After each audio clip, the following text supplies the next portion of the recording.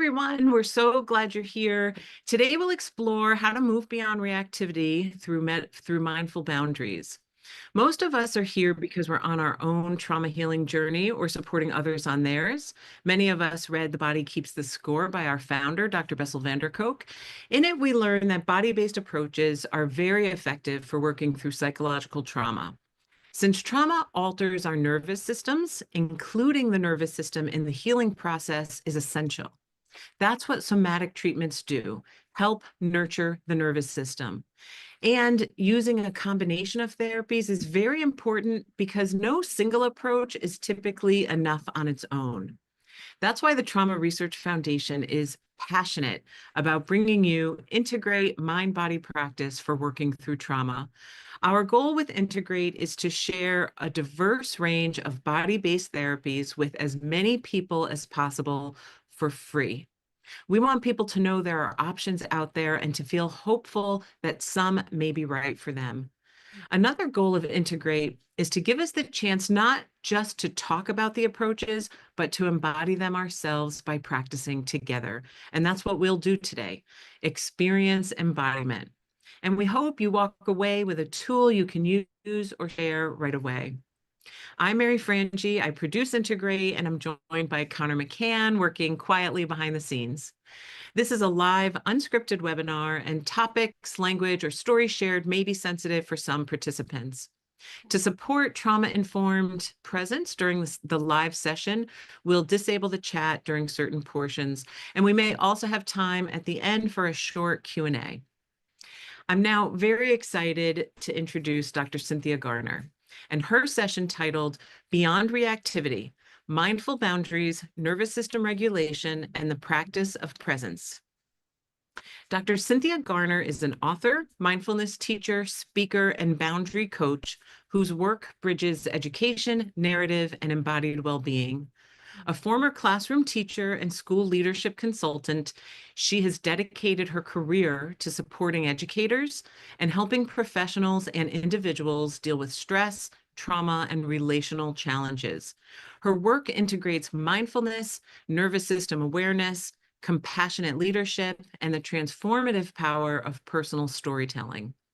She is the author of the book Fierce Boundaries and the creator of the course Mindful Boundaries Foundations, and she leads workshops, retreats, and therapeutic coaching that help people cultivate greater presence, discernment, and sustainable well-being. Cynthia, we're so appreciative to have you here at Integrate. I pass it over to you. Let's get started. Thanks so much, Mary. It's really wonderful to be here with you all.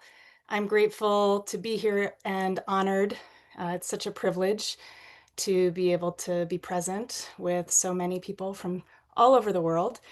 And I'm here because this work means a lot to me personally in my own healing journey. And I've also seen the impact of these teachings and these practices that I'm going to share with you on a large number of people who are either in leadership positions in trauma-impacted systems or people who have really come up against the biggest challenges that we can meet in life, which is threat to our belonging, threat to our livelihood. And I am here really to offer from my heart as best I can just a few of the core practices that I've built the Mindful Boundaries program around. And as I was writing the book Fierce Boundaries, I was putting these practices into action in my life and in my work with survivors of relational violence. And if there's anything that we can do for ourselves, for each other, for the landscape of collective healing, it's to tend to our own nervous systems and to regulate ourselves in such a way that we are then able to be a source of stability and regulation for others. Our nervous systems are highly contagious. And when we are dysregulated or overwhelmed or burnt out, it can be very, very challenging to show up for the people that we care about in the way that our heart really longs to. And so in order to do the soul-aligned work that I think so many of you here on this call are called to do, we really need to start with ourselves and to be able to offer regulation from a place of our own well-being. So as we go through today, I will be offering really three kind of essential boundaries that you can hold as daily practices, in the moment practices for managing your own reactivity and also for that ripple impact that our nervous systems have on the world around us. Just briefly, a little bit about how I came to care so much about this work. About 10 years ago, it was about 12 years ago now. I was a teacher, teaching in a public school with a lot of diversity. And there was also in my personal life a lot of challenges as I was divorcing from someone who is really struggling still with mental illness, severe mental illness, threats of self-harm. And I had a toddler at the same time.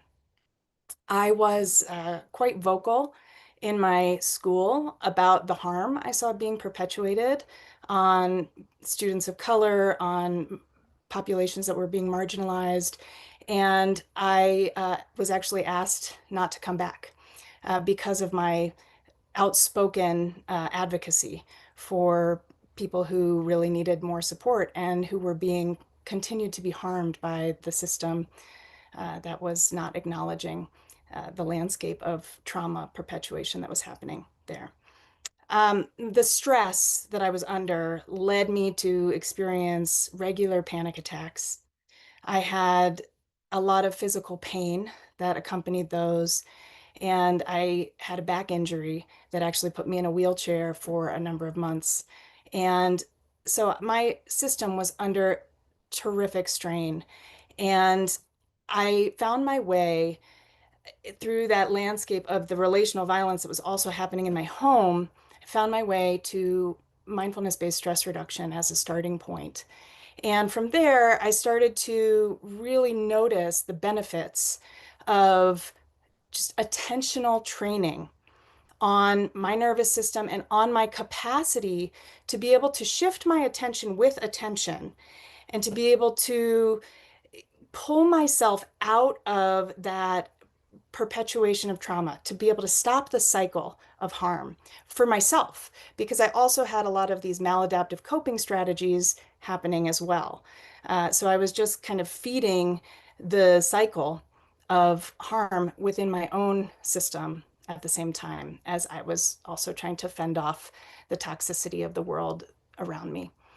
And so starting with mindfulness-based stress reduction really gave me body-based awareness and physical literacy and the opportunity to develop that capacity to be the conductor of my attention.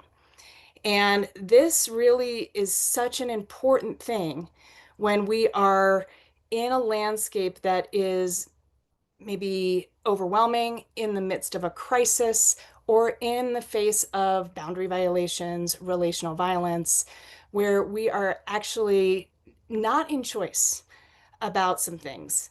And maybe there are attacks coming at us, attacks to our well-being, attacks to our livelihood, attacks to our heart.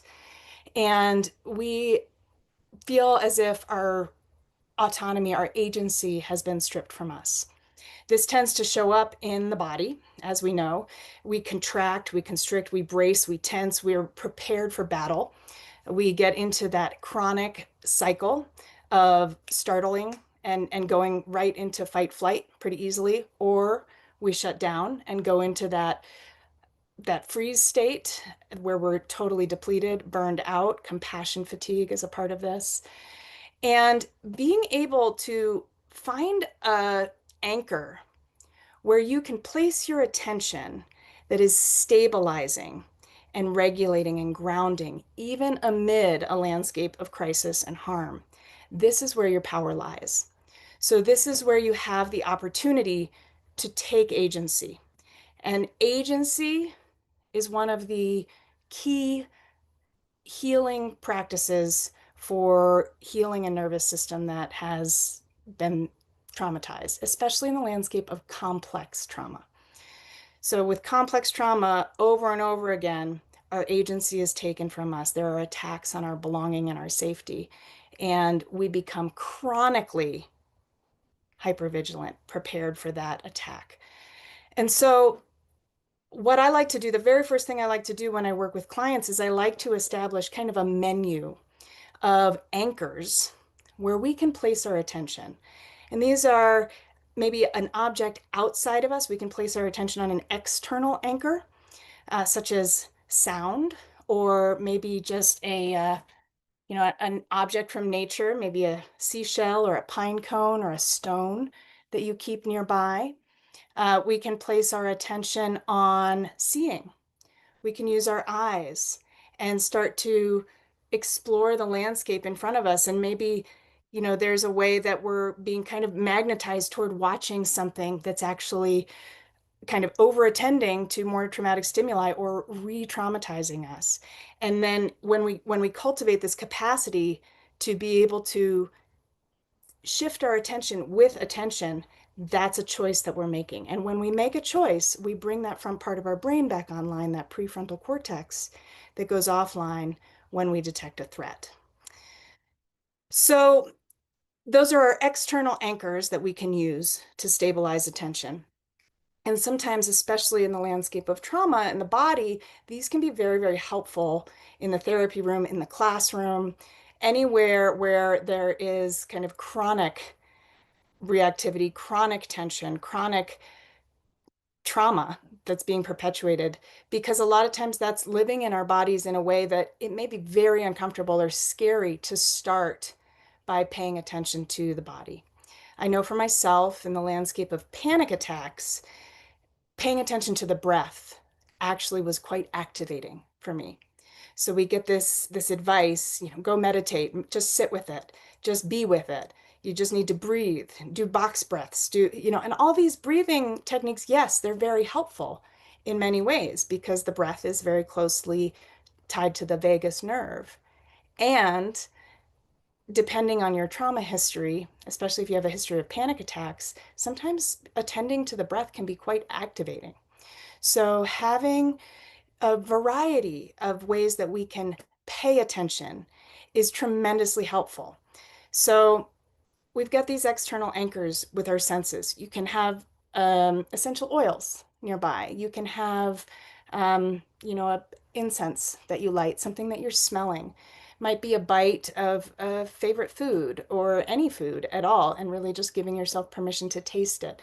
Using those sense doors to ground attention, to stabilize attention in the present moment.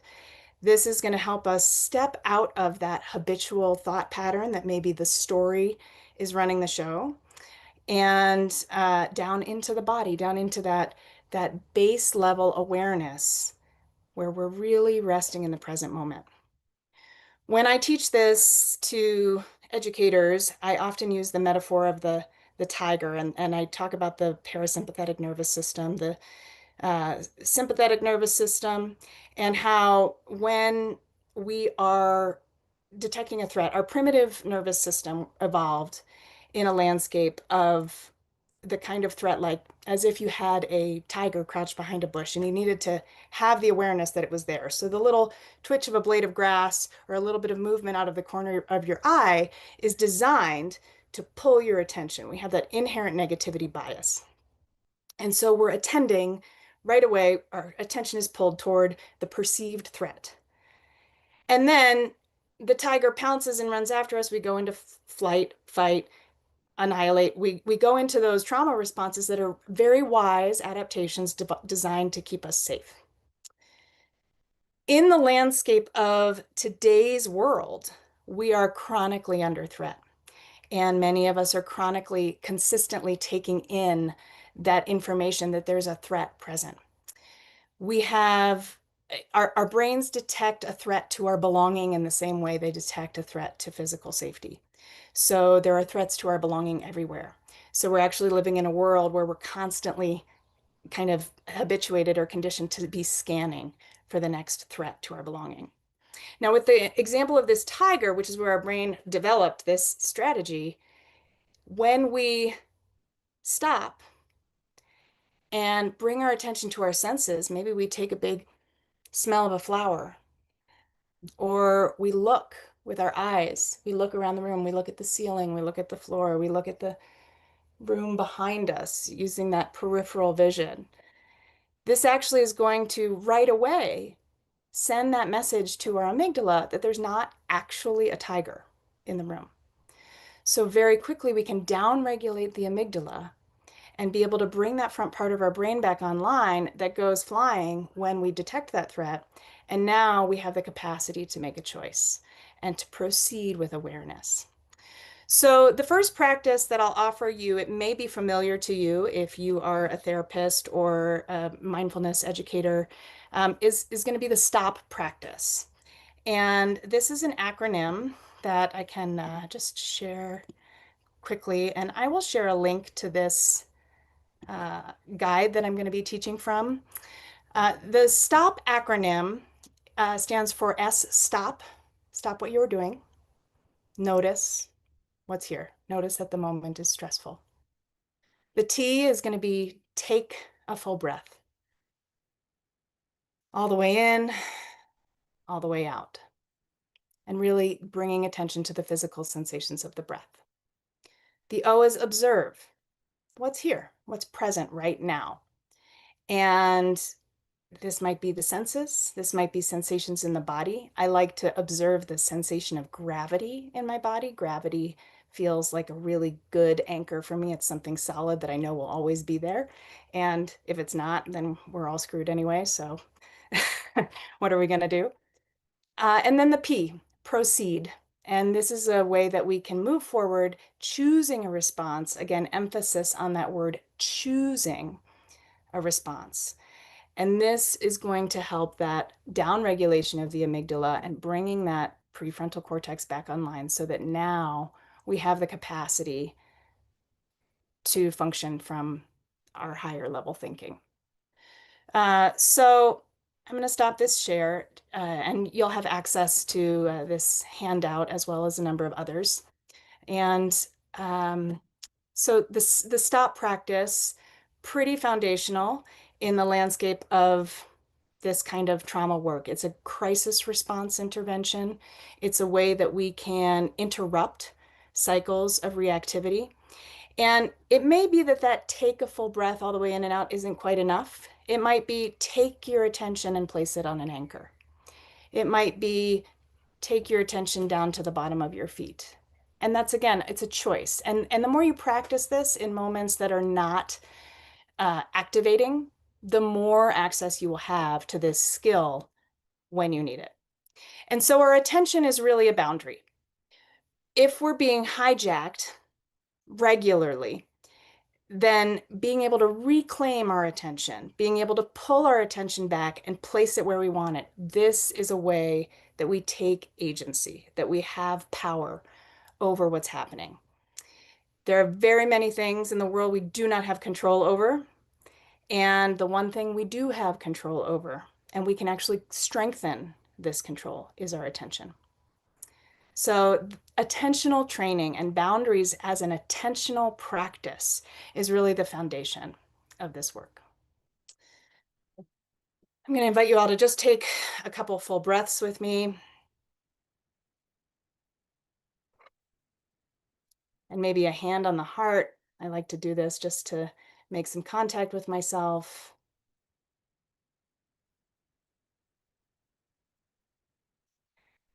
And I'm going to offer another little experiment here. This is a little thought experiment that I learned from a man named David Treleaven.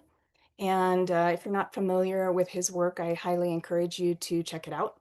He has written a book called Trauma Sensitive Mindfulness, specifically for people who are teaching mindfulness-based interventions so that they are becoming more educated around how much trauma is in the room and how to navigate that landscape in a trauma-sensitive way. For myself, when I was going through this period 12 years ago, I tried meditating. I really did.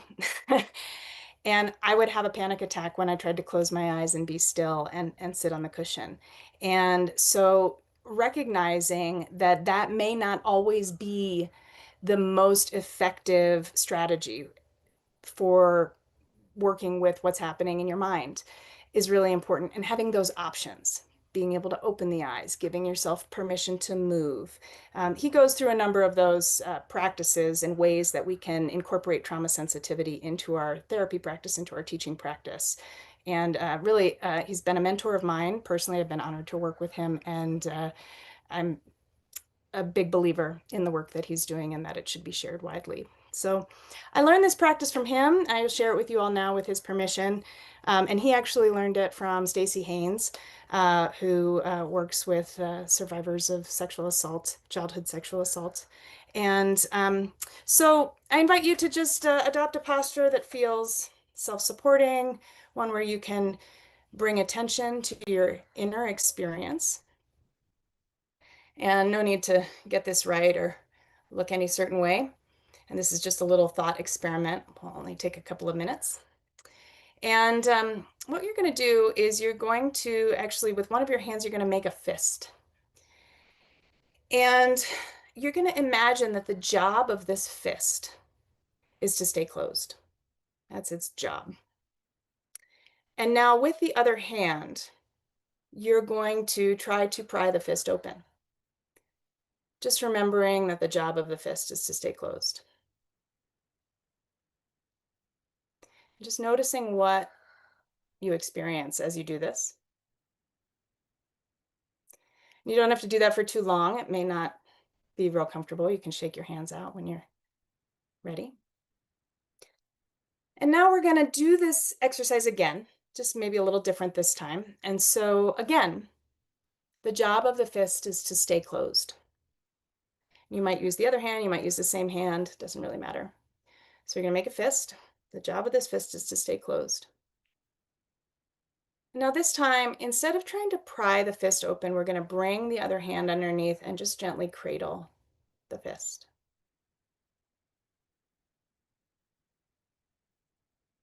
You might even imagine that that cradling hand is helping the fist stay closed.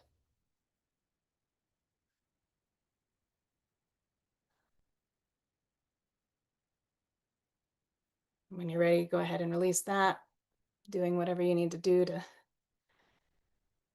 take care of yourself. And we're going to go ahead and turn on the chat here. And I would love to hear from you. What did you notice when you tried to pry open the fist?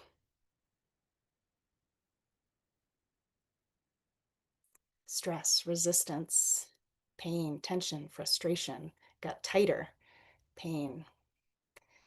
Felt like I was competing. It hurt. It was stressful. Fighting myself, avoidance, anxiety, conflict, tension, displeasure, uncomfortable, helpless, resistance, new sensations, tension, hardness, annoyed, resistance, exhaustion, defeat, a battle, sadness, and anger. Yeah, okay, thank you. Yeah, we can pause on those responses. Beautiful. Yeah, thank you. Okay, and now we'll shift gears. What did you notice when you cradled the fist instead?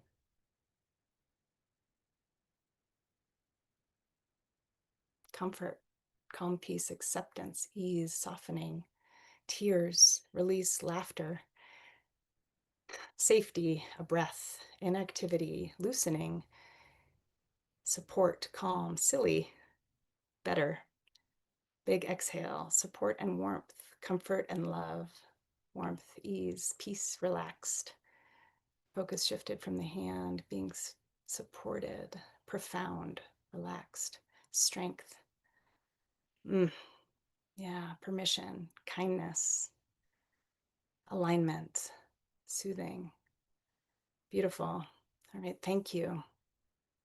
Thank you for your responses. Thank you for your willingness to experiment with that practice. And you can go ahead and keep sharing those responses for a few moments. I'm going to move into just some integration of that. So Mary, we can leave the chat on for a few more minutes just to let people express those experiences. So everyone may have had a very, very different experience. I love the variety of things that you noticed that showed up in the chat. In general, when I offer this practice, there is a relatively consistent response that trying to pry the fist open feels quite uncomfortable and maybe even activating. And cradling the fist instead can feel quite nourishing or soothing. If this is not the experience you had, don't worry. Everybody's experience is totally different. Um, but this, to me, it kind of speaks to the heart of the the practice of mindfulness and kind of the essence of somatic psychotherapy as well. And that is these questions that kind of come out of this practice and parts work as well. If you've ever learned about IFS or parts work, this is quite an interesting, just physical experiment. And Mary, let's go ahead and turn off that chat, and we'll turn it back on in a few minutes, just so I can focus. Thank you. All right, so the fist that we're trying to pry open, this is an experience we're having. The job of the fist is to stay closed, and it wants to stay closed. And then when we try to pry it open, we're basically sending a message to ourselves that the fist is not okay. So imagining that the fist is anger.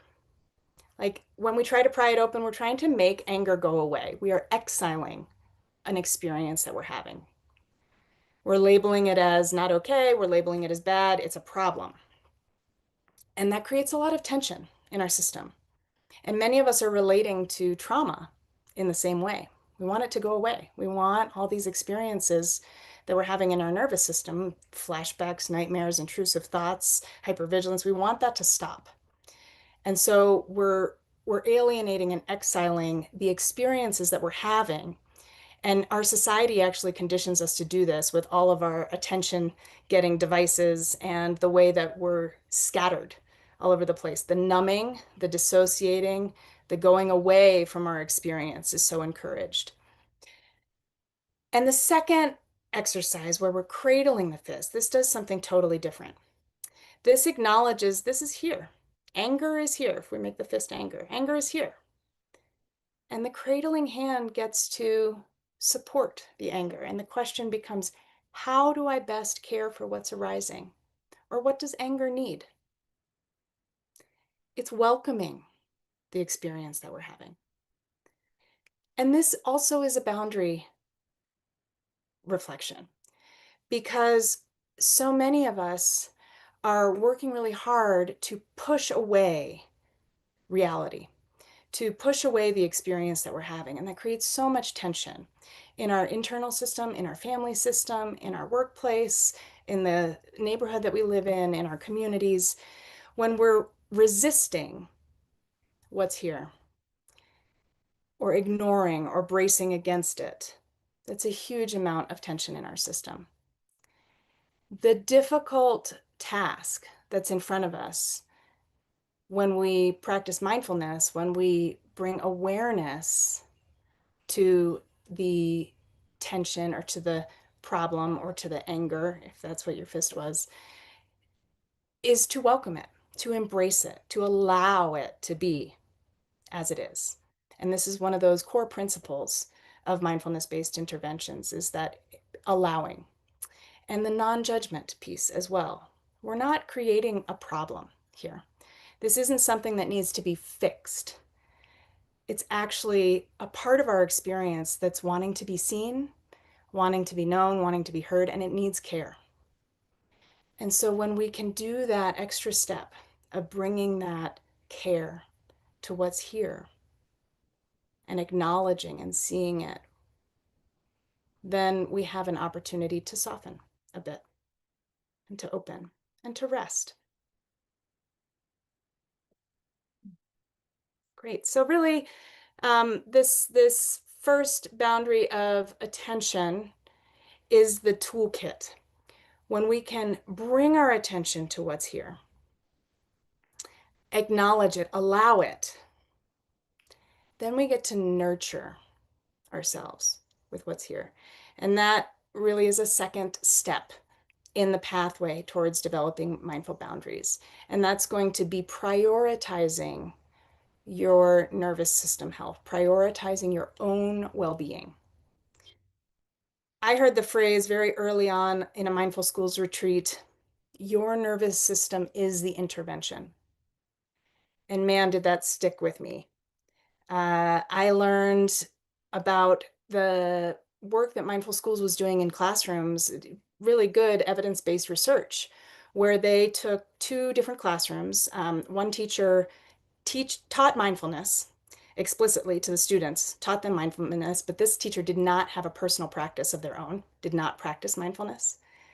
And then in the other classroom, the teacher did not teach mindfulness to the students, but the teacher had a personal mindfulness meditation practice. And the outcomes for the students in the classroom where the teacher did not teach mindfulness were better than in the classroom where the teacher did teach mindfulness but did not have a personal practice.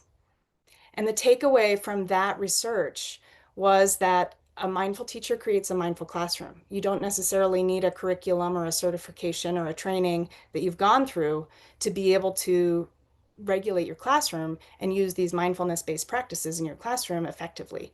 But actually, your own nervous system is the intervention. We have an electromagnetic field that radiates out around us, 6 feet or more when we're experiencing a strong emotion. And this electromagnetic field is like our supersensory detection system. And we give and receive information through it all the time. When we're in proximity to somebody, we can sense their electromagnetic field, and our nervous system gets information about theirs. Our nervous systems are so contagious. Harvard did another research study that shows that happiness is contagious up to 3 times removed. So your friend's friend is happier if you're happy. And this has huge implications in work in systems. Because if we start working with people in leadership positions and we start giving them the skills to regulate their own nervous system and tend to their own well-being without having to implement any new policies or do anything different, that effect of their nervous system is going to ripple outward. So, in many ways, by tending to your own nervous system and cultivating this regulation and balance and groundedness and calm, steady presence, that's really all you need to do as far as being a force for good and healing in the world. And the rest kind of happens on its own. And I got to experience this in the landscape of my communication with my ex-husband, who does continue to struggle with severe mental illness. Um, he would really blatantly attack me with verbal threats, text messages, emails. Um, when he would show up to pick up our daughter, he would give me this death glare, and just like as if I was really in trouble or going to be in danger. And before I kind of strengthened this capacity to shift my attention to an anchor with intention, I was just getting knocked for a ride. And it was really destabilizing. I was reactive, and that reactivity was showing up in my relationship with my daughter. And that broke my heart because that was the last thing I wanted to do was to yell at my 3-year-old daughter and to rage and to bang things and to throw things with her. It wasn't helpful. That was just perpetuating the cycle of harm. And so what I started to experiment with was stepping out of that role of the enabler that I had been because I came into this relationship wanting to help him, but to pause, to do that stop exercise and to notice that I was actually perpetuating the cycle by trying to help, by continuing to engage in the harmful dynamic. But to be able to step out of that, to be able to apply this boundary of no response is a response. I don't have to engage in this cycle of emotional violence. I don't have to say just the right thing. I don't have to pay the rent for him. I don't have to try to make his mental health better. His emotional well-being is his responsibility. It's not mine. And as soon as I was able to release that as my primary job in the world and return that care and attention to myself and tend to my own well-being and start to wrangle those intrusive thoughts and that rumination and start to clear my mental real estate, I got to be steady and calm and present even when he wasn't. And he couldn't continue the cycle of violence if I didn't participate. And this was a heavy lift for me. It was not easy. It was quite difficult, actually. And it was painful for me because often I felt like I was neglecting him, or my not helping him was something that was selfish, or, he might actually harm himself, which was the threat many, many times. And I really had to recognize that the act of kindness in that situation was to set that boundary, to disengage, and to bring that care and attention toward myself, and to really tend to my own well being as the ultimate boundary. And so I'm going to share with you a practice that has really helped me in those moments of distress. And this is also another very, very brief intervention that you can use. And it's very simple. We'll call it just grounding into your feet. And so you can do this seated or standing. It doesn't matter. I'm going to stay seated just because that's what my body is saying to do right in this moment. But I invite you to bring both feet all the way down to the ground. And just to start to feel the points of contact where your feet make contact with the earth or the floor beneath you. And you might explore the sensations in the bottoms of the feet, maybe rocking around from the heels to the toes, exploring the outer arches, the outer edges and the arches of the feet. What sensations do you notice? And noticing gravity in the feet.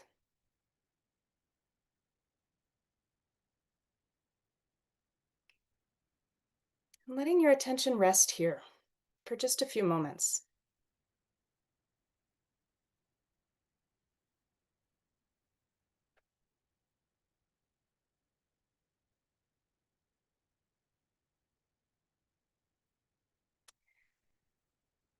And now shifting attention up into the area of the pelvis and feeling gravity here. If you're standing, you might notice the posture and tend to posture just a little bit. Then lengthening up the spine, adopting a posture of dignity in the spine. I say upright, but not uptight. Engaged and at ease. You're not reaching for the sky. You might find it helps to roll the shoulders a little bit, letting them hang by their own weight, or to open up the neck just a little bit. And it may be helpful to bring an image into the spine, such as a stack of gold coins. I like to picture my vertebrae with some dignity, just letting those gold coins stack up, focusing on your inner worthiness.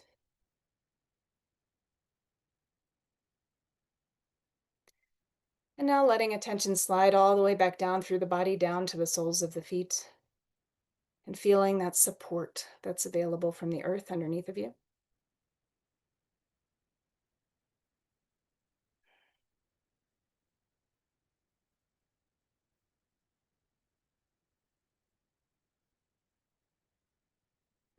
And this is a little bit more of a kind of image-driven practice. And if it doesn't land for you, that's fine. You can just let it go. You may even choose to imagine there are roots growing down out of the bottoms of your feet, curling down into the earth and wrapping around the soil. Feeling that base of stability.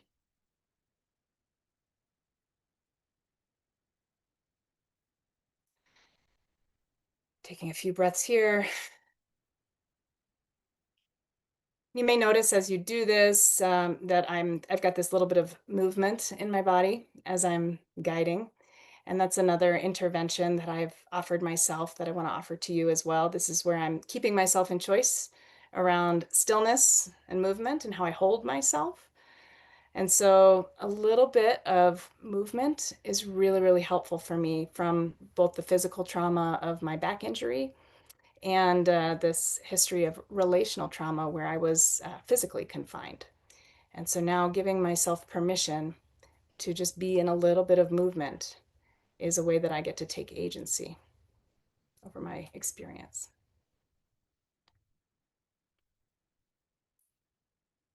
All right.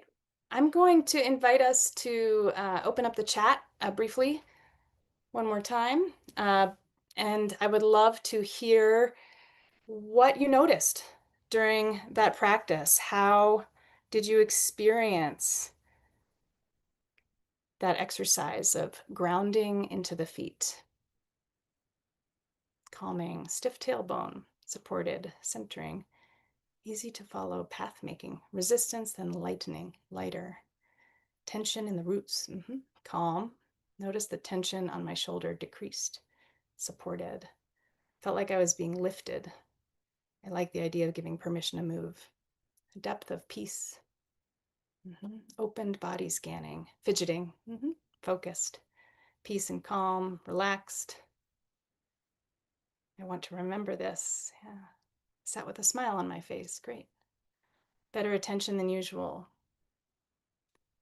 Notice imbalance, standing up, and then some release, safe, feeling strong in my body. Dignity posture. Lots of chi going through. Love the phrase posture of dignity. Whole body relaxed. Great. Okay, I woke up. Yeah, wonderful. Nervous to rest. Fear finally comes out. Interesting. Great. All right, Mary, I'm going to ask you to go ahead and turn off that chat one more time, just because we have limited time together and I want to keep moving here. Yeah, thank you so much for your responses. And again, I'm struck by the variety of responses. And this practice really does invite us into present moment awareness. And so when we are in this kind of interpersonal interaction and our attention is being pulled, or maybe we're being sucked into a habitual thought spiral. Oh my gosh, he always says this. Oh, next time he says this, I'm gonna tell him just the right thing. I'm gonna fight back. Or, we go into this kind of mode of defense or protection. And it's very easy to fall into those patterns of behavior, especially if we've been in relationship with somebody for a long time. We have these kind of core experiences that shape our experience of belonging in the world and our attachment style, our attachment patterns, how we relate. And so when we can pause, notice that the moment is stressful, and then choose to resource ourselves, we can bring our attention down into the feet as an alternate place to place our attention. And this is a boundary. This is like saying, no, I'm not going to participate in that. Even if I'm forced to sit here in this meeting, even if I am required by my job or whatever to be here, I'm going to put my attention where I want it. You can use this when you're stuck in traffic. You can use it when you're standing in line and the person in front of you is taking forever or causing a ruckus. You can use it when you're in the experience of extreme distress. Maybe there's been a crisis or a natural disaster. You're going to be more useful. You're going to be able to be more of service if you can keep yourself focused and centered. And being able to bring your attention down into the soles of your feet and to ground into that base of stability is going to be a huge resource. One of the ways that I like to set this boundary is to get really clear before I'm in these moments of tension or conflict, get really clear on what I am available for and what I'm not available for. And I actually will give clients a T-chart, and I'll share my screen again so you can see what I've got. And this is also in the guide that I'll share with you. And so it's pretty simple. So you can decide, what am I available for? What am I not available for? And getting clear on this before you go into a charged situation, or it might just be kind of a more general thing. I am available for having a conversation about what happened last week. I'm not available to be yelled at or threatened. I am available to do the dishes after dinner. I'm not available to be shamed for how much I ate during my meal. And so that is going to really help us get clear on what we're available for and what we're not available for. And if somebody is violating that boundary anyway, then we get to reclaim our attention. So we decided we're not available for this thing that's now happening. Well, I'm not going to participate. I'm going to take my attention, I'm going to put it somewhere else. One of the ways I had to do this with my ex-husband was with that death glare that I told you about. And he would, when he showed up to pick up our daughter, he would look at her with this sweet smile, and then he'd look at me with this, oh my gosh, very threatening, bone-chilling glare. And I realized at one point that I did not have to look into those eyes. I did not have to look at his face. I did not have to attend to that threat. And I could be in choice about where I placed my attention and how I held my body. And this is really the third boundary that I want to explore with you all in these final minutes that we'll have together, is how you hold yourself matters. In the landscape of trauma, we are very, very conditioned to try to protect ourselves, to be small, to curl inward, to contract, to brace or tense. And that becomes chronic when we do it over and over again, when we're in a situation or a system where the threat is pervasive and consistent or intermittent and unpredictable. We tend to be kind of ready for whatever comes. And that creates all kinds of chronic conditions in the body and in the gut as well. So as our final practice together, I'm going to come into standing. If you're not able to stand, you can do these practices sitting. And I'm going to invite you guys to just come into a standing posture with me if you feel able. If not, just kind of exploring a little bit of movement in the pelvis and widening the stance a little bit so that your feet are just a little bit more than hip width apart. And then on an in-breath, we're going to bring the arms up overhead, breathing in and breathing out as we lower the arms. Again. One more time. Breathing in and breathing out. And now I invite you to just bring the arms all the way out to the sides of the body so that you're extending the body as much as you can, taking up all of your wingspan. And as you do this, just notice any areas that are tensing or bracing and see if you can soften into those areas while still being engaged. Taking a few breaths here.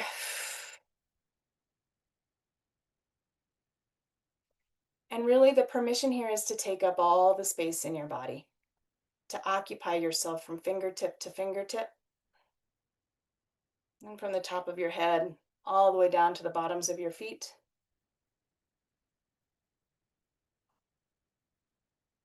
You might turn the hands upward, gesture of opening. And on an exhale, we'll release those arms, can shake out the hands. And I'll invite you to clasp the hands behind the back if it feels available. Just open the chest, and I invite you to look up toward the ceiling. You might open and close the jaw a few times.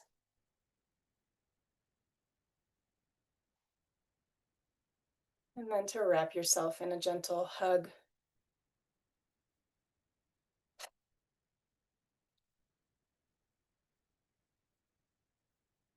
And then we'll bring the hands together, just building up a little bit of energy between the palms, rubbing the hands together. I'll invite you to place those over the eyes, resting the forehead and the cheeks into the palms.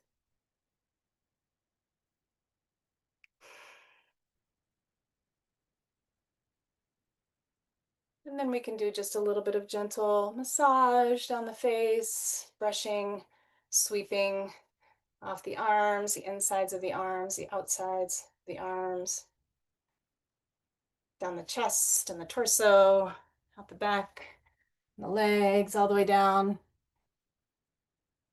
Brush out the soles of the feet. And we'll take those hands and we're going to place them either all the way down flat on the floor or just on a solid surface in front of you, a wall or the table or the floor beneath you. And you can give to the earth anything you don't need to carry anymore.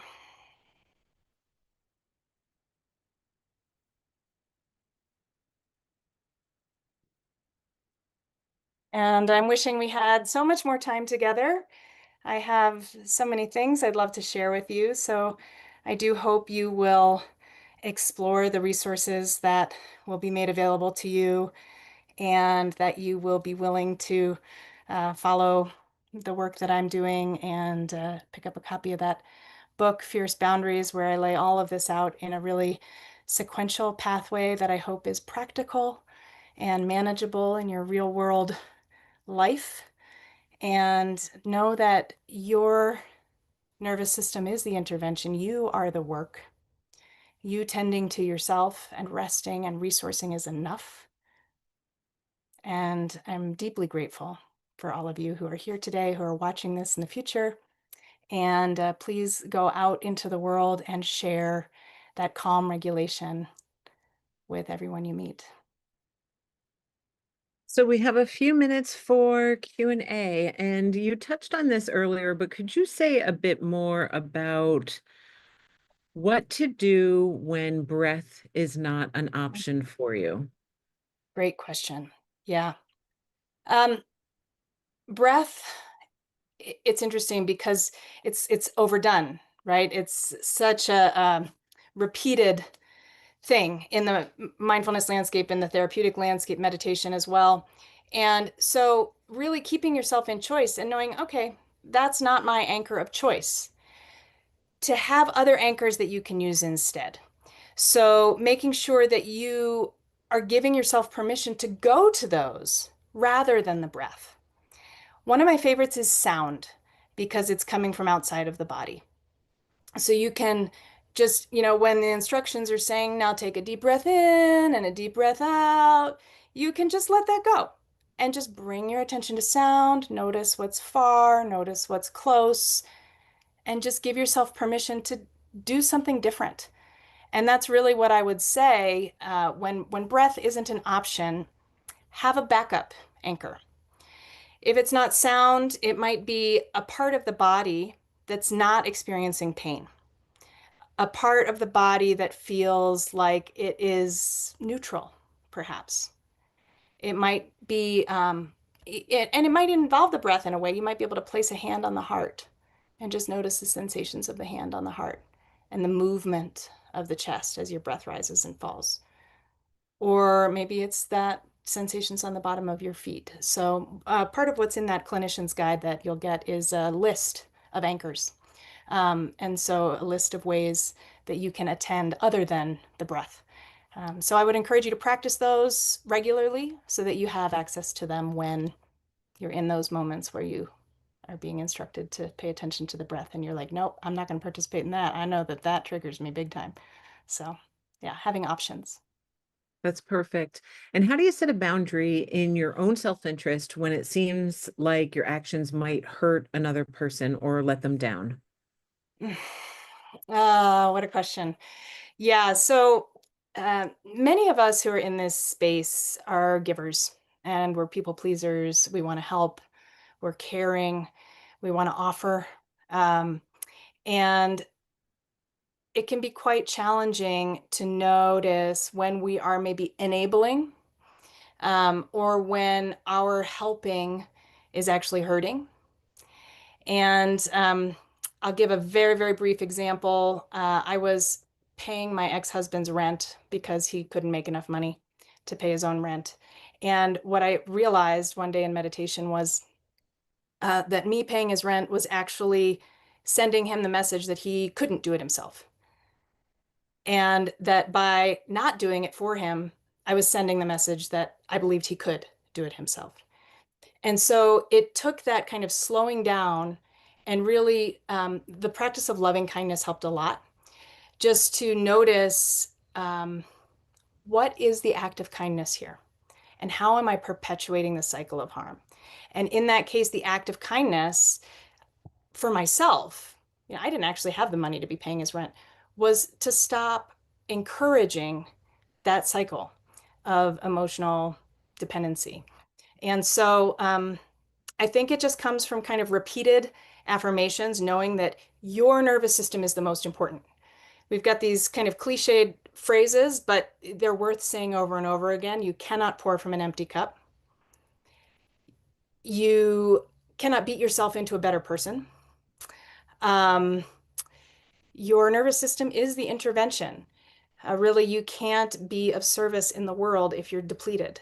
Burnout is real, compassion fatigue is real, and by showing up resourced, you then have the capacity to offer that resource to others. And so know that your own self-interest is not selfish. It's actually a gift to the world around you. Great. And a comment from YouTube as a suggestion for what to do when breath is not available is humming. Humming Mhm. can be very useful. And Yes. one final question, what's the most important practice for setting boundaries? Mm, yeah, that's a great question. Um, I would say tend to your own well-being and really be in the driver's seat of your attention. So cultivating this attentional mastery, become the master, the conductor of your attention so that you're in the driver's seat of your life. Being in control and in choice about where you place your attention is everything. Oh, that was quick. Yeah. Um, Wonderful. I think we do have another minute. Gee, there are lots of questions. Walter wants to know, is this related to the science of interpersonal neurobiology? Mm, mhm. Absolutely. So, our neurobiology is designed, we are designed for connection. And so we're always connection seeking. So when we are detecting a threat to belonging, we go into that kind of reactivity. And so being able to work with the nervous system and recognize those signs that, our attention, our energy is going outward or becoming enmeshed with the energy of somebody else who may be in our field, then, we have the ability then to set a boundary and to reclaim our energy, our attention. And it might be taking a step back, knowing that your nervous system and that your electromagnetic field extends about 6 feet outside of the body. You can take a step back, get some physical distance from the person who you're entangled with. And that's very, very effective strategy, just taking that step back.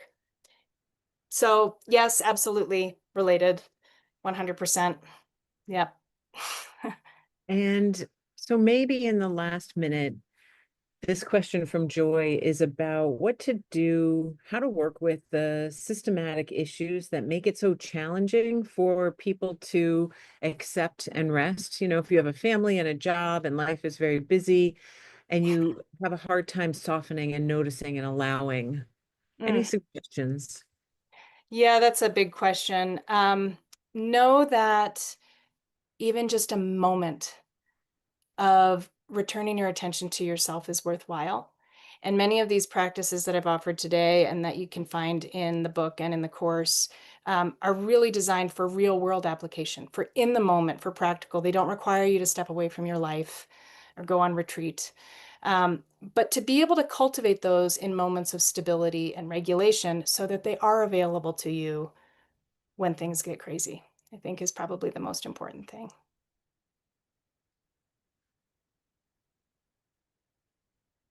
Cynthia, this has been an excellent session. Thank you so much. We're so grateful. And thank you to our great audience. You'll find the replay in the TRF Somatic Library. And please respond to the surveys that open when you close Zoom and the one that gets sent in a few days. We can't wait to see you all next time. Thanks, everyone. Thanks, Cynthia. This was Thank you. awesome. Yeah, wonderful to be here. Thank you so much.